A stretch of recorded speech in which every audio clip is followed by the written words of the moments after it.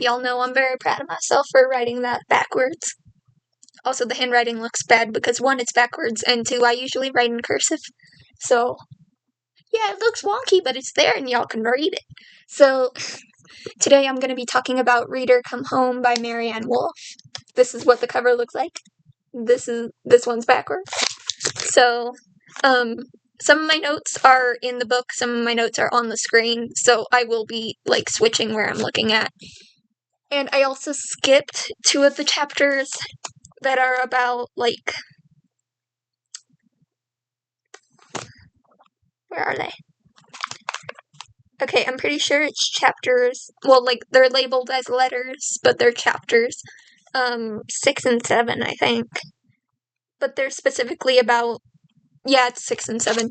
They're specifically about raising kids in a digital age to, like, make sure they're still developing all of their reading skills that they need to have.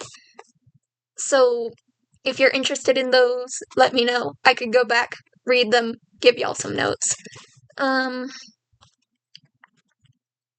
Yeah, the notes that are in here are, like, the longer quotes. I'm not sure how that'll work with copyright stuff. I'll figure it out. It's the first video. So, the main points were concerns about reading in a digital age and how that impacts, like, our ability to develop empathy and see different perspectives, because some neuroscientists have looked at how our brains respond to reading something on paper versus on a screen, and we draw more connections to stuff that we read on paper. And then another concern is when we are presented with constant information like our phones, we choose to get a quick and shallow understanding of the content rather than engaging with information and thinking critically. And I got some important names. I was going to write them down. That was before I figured out the whole mirrored screen thing. And I don't want to write them all backwards. I'll post them in the, either the comments or the description. So one is Susan Sontag. She's a writer. She came up a lot during my degree. I don't remember exactly what she does, but I know a lot of it is, like, philosophy about thinking. So, like, thinking about how we think about things, which sounds weird, but it makes sense when you read her work. Marilynne Robinson, which I keep reading as MaryAnne, she is considered a specialist in empathy, and all of the information that I have about these names is just, like, the quick snippet that's given in the book about them. There is a cognitive psychologist named Keith Stanovich, the author of a book called Why Read, Mark Edmunson, and then there are McLuhan and Walter Ong, critics of using the digital medium for reading. And she compares them to Socrates when he was like, these kids these days are writing stuff down, it's gonna ruin their memories. And she does talk about how, like, some of it could just be fear of something new, but she also does talk about, like, some of the developing neuroscience around why reading on a digital medium is not as, like, not less productive, but it doesn't develop the same regions in the brain that reading on a physical medium does. And then there was one last person, and I'm not sure if I typed her name in wrong, because it's showing the autocorrect under her name, but Anne Fadiman, Fadiman, and she's the author of a book called Rereadings, where she talks about how when rereading a book, the former had more velocity, the latter had more depth.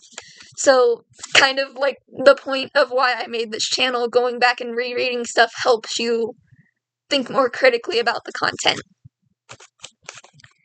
And then, for my notes in the book,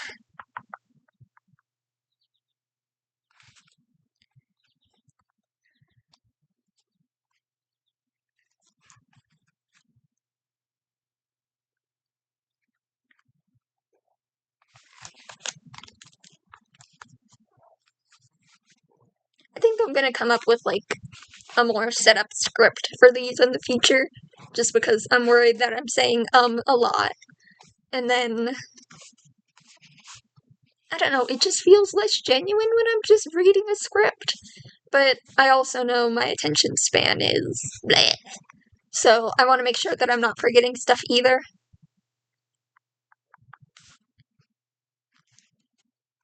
Oh yeah, she's also talking about a conference where she's in France, and she said she left Paris with the feeling of the contributions that reading makes, both to sustaining the self across adversity and to redirecting thoughts beyond the self to the good of others. Oh, yeah, so, like, this book was written in... Hold on.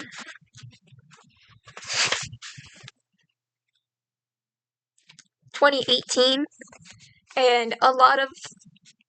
Towards the end, it's focused more on, like, why it's important to have a lot of reading and critical thinking skills.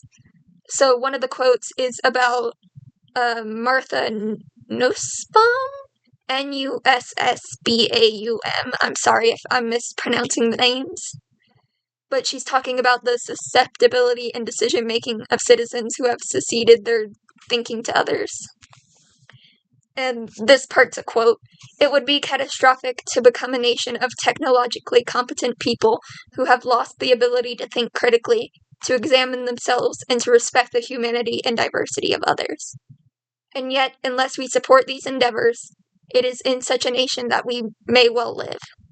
It is therefore very urgent right now to support curricular efforts aimed at producing citizens who can take charge of their own reasoning, who can see the different and foreign not as a threat to be resisted, but as an invitation to explore and understand, expanding their own minds and their capacity for citizenship." And that's the end of the quote. And then another part from MaryAnne a little bit later is, "The worst atrocities of the 20th century bear tragic witness to what occurs when a society fails to examine its own actions and cedes its analytical powers to those who tell them how to think and what to fear." And that just stood out a lot. Hopefully I don't have to tell y'all why. Like, I keep joking, right now is a rough time to be a history major. Like, I mean, a lot of stuff's repeating itself, so it's like constantly reviewing old notes. But I don't want to be reviewing old notes. It's not great. And then, the way this one is written is a little awkward because the quote is by someone who was named, like, several pages earlier, and I was struggling to find the name. So I wrote it down. It's Bonhoeffer, Bonhoeffer. I didn't find the first name just because of... She does, like, backtrack to people that she mentioned earlier a lot. And she usually just uses the last name, and I could only find the last name. But the quote from him is, "If we look more closely, we see that any violent display of power, whether political or religious, produces an outburst of folly in a large part of mankind. Indeed, this seems actually to be a psychological and sociological law. The power of some needs the folly of the others. It is not that certain human capacities, intellectual capacities, for instance, become stunted or destroyed, but rather that the upsurge of power makes such an overwhelming impression that men are deprived of their independent judgment, and give up trying to assess the new state of affairs for themselves." And that was the last, like, major quote that stood out to me. So, overall, great book. I'd really recommend it. To me,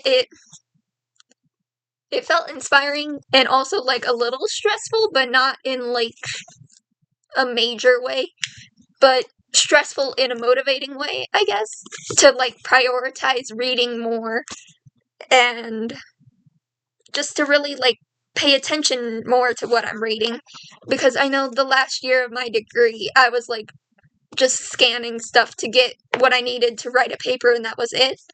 So it was really good. I really recommend it. It is a little over 200 pages.